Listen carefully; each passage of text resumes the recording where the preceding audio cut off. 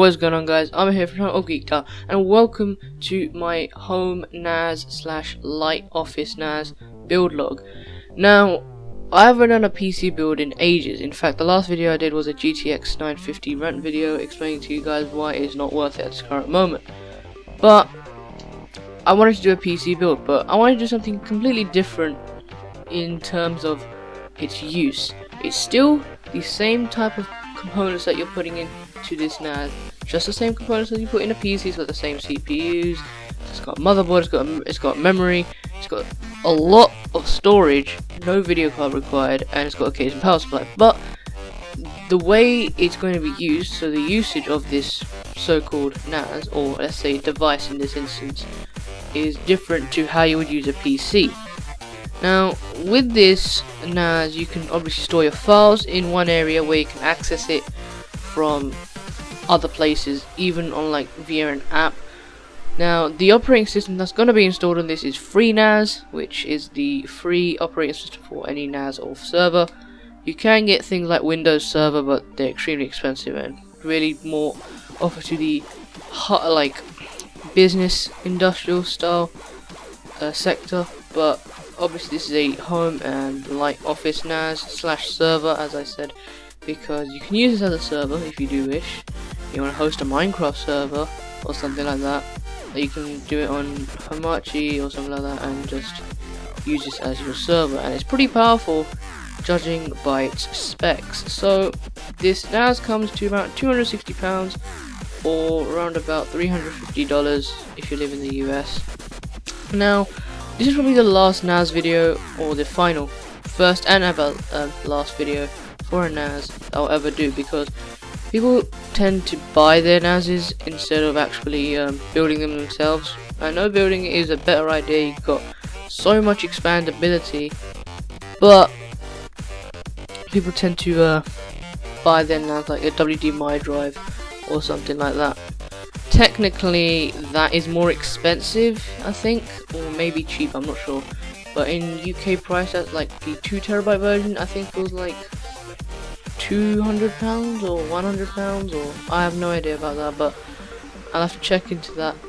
This build consists of a lot of storage, but obviously that is your part to change, and if you wish, I recommend getting a bigger mini ITX case, just because this case that I've chosen only features one 3.5-inch bay and one 2.5-inch bay. I recommend getting a case which features at least 2 or 3, even 4, and obviously that will bump up the cost, but if you do want to add more drives in the future, that's obviously the way to go. This is not fully future proof, but if you want to add an extra drive in the future, it's best if you get a bigger case, but I've chosen a smaller case due to its size. So let's start off with the CPU. I have gone with the AMD Athlon 5350. It's a 2.05 GHz processor on the socket AM1, 2 MB of cache, and this is basically what you need to power this NAS. It doesn't need any i7 4790K or I don't know, a AMD FX processor. It doesn't need that much power because you're only accessing files from this, or obviously having a light server on this. I wouldn't recommend a heavy server. Get like games which are heavily intensive, or anything which is heavily intensive to this NAS, just because this CPU obviously is using integrated graphics at the same time, the Radeon HD 8400s. But overall, it's a really good processor, and this NAS obviously does perform at 80 watts, or to be precise, 74 watts. This CPU only takes 25 watts at load. That is at load. So imagine when you're at idle, you're not even going to be drawing any power off the wall, which is amazing for this computer. To house the processor, we're going to go with an ASRock AM1B ITX AMD socket AM1 motherboard. This is obviously my favorite AM1 motherboard because it still features the printer port, which no one's ever going to use. But with ASRock, they make really solid boards, and especially this is the cheapest mini ITX board for the AM1 socket. There was an MSI one, but obviously this was cheaper, and supports the 25-watt CPUs that I've already mentioned, so the 5350. Supports DDR3 1600 MHz RAM, so it comes with 2 DIMM slots, it supports up to 16 gigs. Has one PCIe 2.0 16X slot. It has integrated Radeon R3 graphics, so you've got integrated video from the processor slash, I'll say, APU, and you've got integrated video inside the motherboard. Yeah, obviously it still features the one parallel port and the one COM port header. Features 4 USB 3.0 ports, 2 at the front, 2 at the rear, 6 USB 2.0 ports, 4 at the front, 2 at the rear. So it's definitely loaded with a lot of features. Also, it features Realtek Gigabit LAN. If you are going to be using this, I would recommend upgrading the PCIe 16X slot to either getting a RAID card if you want a lot of drives in this, or if you want all out just performance, judging in network performance, you should get a network card. It will work better, obviously, for the long term run.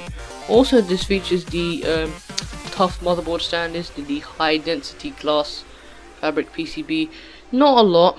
I think most motherboards support that now, but it's a nice feature to have, because obviously, you guys, if you didn't know, you can generate a lot of humidity and H2O inside your computer, which you don't see it, but it's killing your motherboard silently. So a nice dense motherboard obviously will protect that from the future. For our RAM, we're going to go with Crucial 4GB stick. This is a single 1600 MHz DDR3 stick, and there's nothing too special here. If you want this thing to run 24/7 in a really heavy office environment, obviously you would go for ECC non-buffered memory, or unbuffered, or is it buffered? I don't know about ECC memory. So you want to go for ECC buffered memory, and it obviously that's going to be running at 24-hour load. This still can handle 24 hours loads. This obviously is whole NAS, but obviously if you want complete 24 hours on a heavy workload, then obviously you might want to skip to 8 gigs and obviously get ECC buffered memory. For a hard drive, this is all to you. Basically, when you're building this, it's a personal choice, but I've just gone with a WD Red 4TB SATA 3 3.5-inch drive. This is literally the best drive for 24/7 NAS systems. You do not want to go with a WD Blue or anything else. They are likely to fail, because that's how it works. The only two drives that you would want to get is either a WD 4TB, or I wouldn't say 4TB, a WD Red or a WD RE. Literally, that's all you want to get. Or you can get a HP midline drives, all of that. Literally, that's the only thing you want to get if you're doing any like NAS stuff, or the Seagate Constellation drives. But obviously, I still like WD Red drives because I've used them before. I'm using them right now on my NAS, and they work really well.